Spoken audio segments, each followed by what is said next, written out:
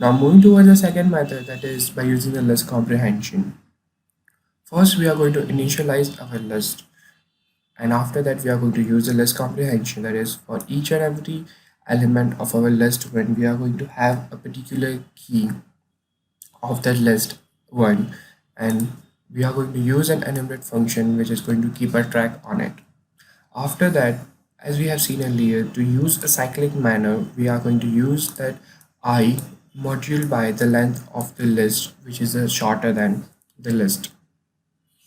So we are having a key, which is our list one, and in the values we have taken the list two elements.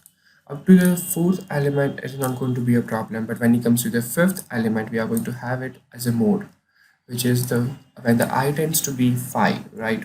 For E, we are going to have a value that is I module by the 4. We are having the output as a 1. So that is for E, we will be having a value 1.